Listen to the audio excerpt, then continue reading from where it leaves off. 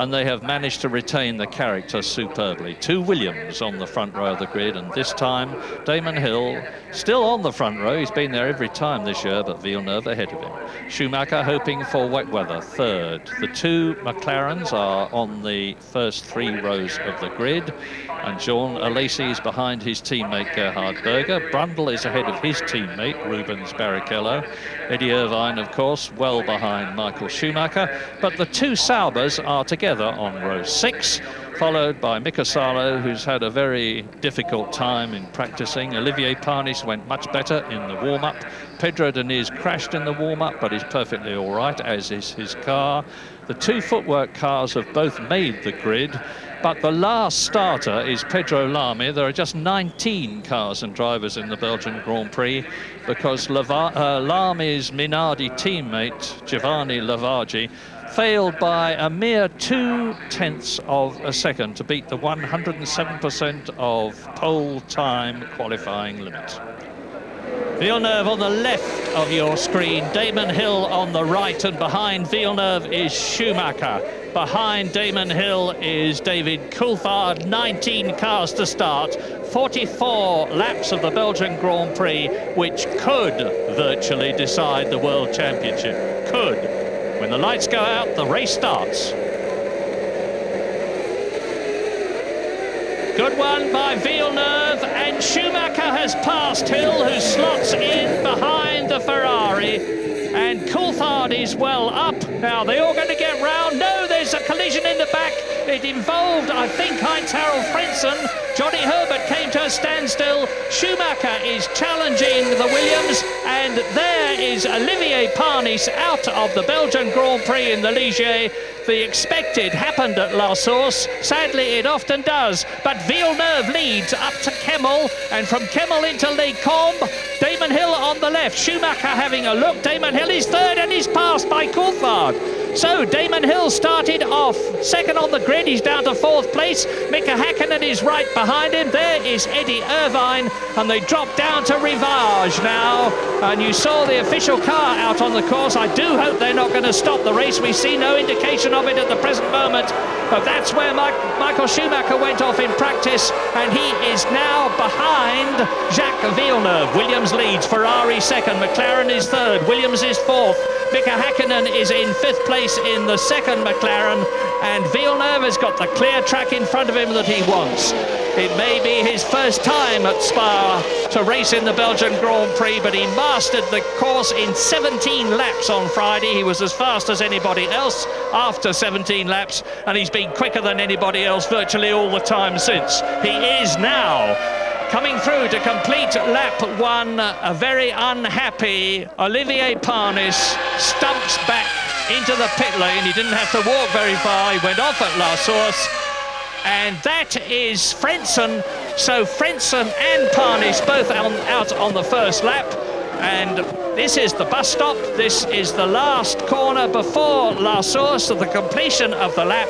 So, lap 1, 43 to go. Villeneuve leads, that's the gap. Schumacher is second, Coulthard third, Hill is fourth, Häkkinen is in 5th place. Gerhard Berger is followed by his teammate Jean Alesi, 6th and 7th. 8th position is Martin Brundle, which is where he started in the Jordan, and it's down to Eau Rouge again at 160 miles an hour as Barrichello comes into the pit lane. Yes, I think it might have been Barrichello that touched Eddie Irvine. Eddie Irvine was going into that La Source hairpin. There was a Jordan that certainly veered to the left as its right front wheel, I think, touched the left rear rather, of Irvine's Ferrari. So it may be that that's the problem there for Rubens Barrichello, though I wasn't absolutely sure that it was Barrichello and not Brundle. But great start from Villeneuve. We did expect that. We knew there's a funnel, a real bottleneck that goes on at La Source, but Schumacher this time has made one of the best starts of his year. That's exactly where he wanted to be. But you can see also how Damon Hill once again bogged the car down a little as Panis's Ligier is moved. That's on the outside of that first corner at La Source. But Damon, I think, didn't have quite enough revs on the car. He momentarily slowed. He desperately tried to salvage the loss by cutting across to the inside and stopping those coming through. And in fact, he did a fairly good job at that. But then David Coulthard got the run and came past Hill on the way out of Eau Rouge up to La Source. Now let's have another look here. There you can see That's Frentzen up in the air with the Sauber, and then we've also got the Ligier Panis going in now. An absolute bit of chaos going on, there's no doubt about it, and a few bits of minor damage suspension may have arisen from other cars too. And Johnny Herbert seemingly out of the race as well. An awful event for Sauber right at the beginning. Both cars out at the first corner. 16 left of the 19 who started, because Panis is out, Frentzen is out, Herbert is out. This is the end of lap 2 with 42 to go. Villeneuve was leading Hill by 2.5 seconds, with Hill in 4th position. Here they come down to La Source. Schumacher, Coulthard, Hill making no impression.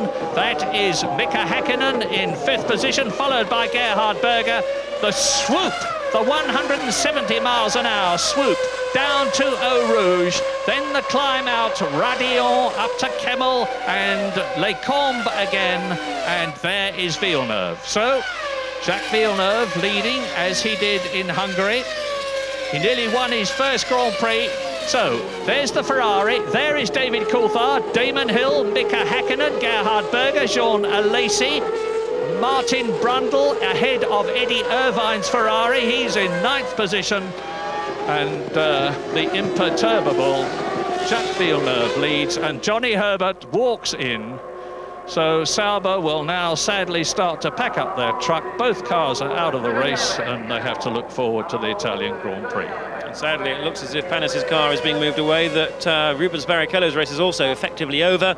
The Jordan team feverishly working on the suspension, the left front suspension of his car there. But David Coulthard looking very strong indeed, and this is a track that the Scotsman knows well. He did very well last year when at the start of the race, Johnny Herbert started off out in front, but Coulthard was soon took over until he had gearbox problems after a fractured oil line. But now Damon Hill has got the challenge of not only trying to get by his championship rival Jacques Villeneuve, who's obviously up in the lead, but he's also got to get by Coulthard as well. Now, I think Schumacher will probably be less of a problem, because I doubt that the Ferrari reliability will maintain its position until the end. They've been pushing very hard on pace, and that's not necessarily consistent with improving reliability. But at the moment, it looks interesting that Damon is really able to do nothing about David Coulthard, and that looks smoke. Now that looked to be very much like smoke out of the back of. It could have been water off the back of the ground, off the curb, with Damon running over that with his left rear wheel.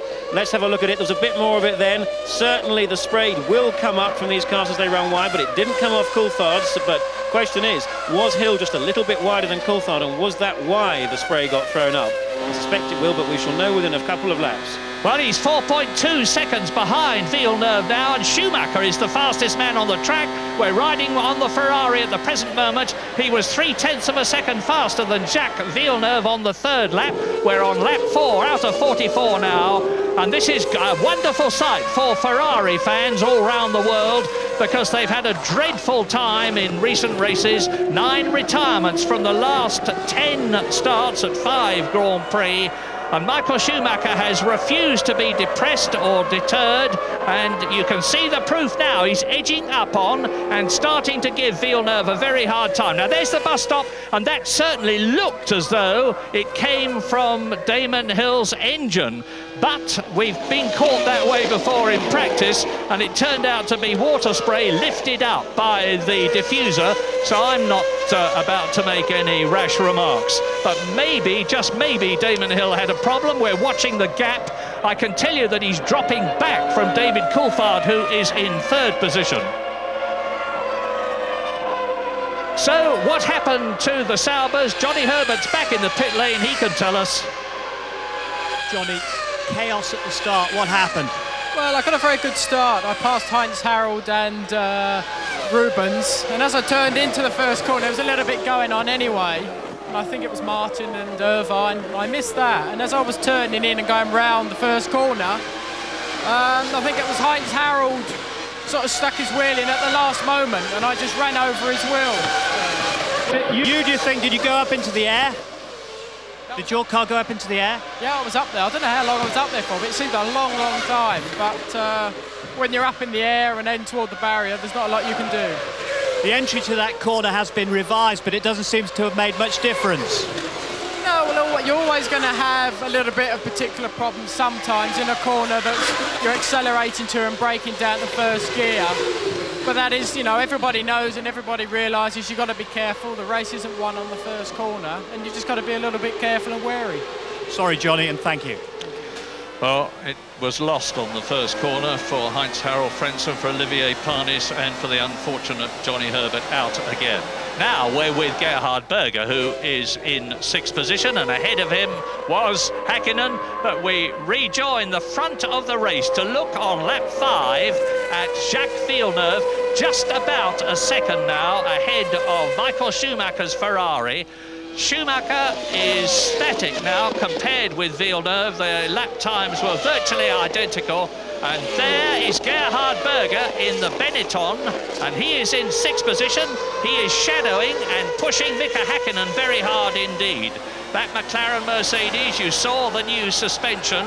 Mika had a high-speed problem, straight line problem yesterday in qualifying, which he thought was the engine, but which turned out to be the setup of the car, needed a minor alteration. They did that, and he was very happy in the warm-up today. So, now, coming up to the bus stop, they do 180 miles an hour round Blanchimont, turn into the bus stop at about 50 miles an hour here. So, Häkkinen and then the two Benettons. Villeneuve has already gone through, and he's increasing his lead. He's just made the fastest lap of the race, 1:54.8, and he is now 1.5 seconds ahead of Michael Schumacher.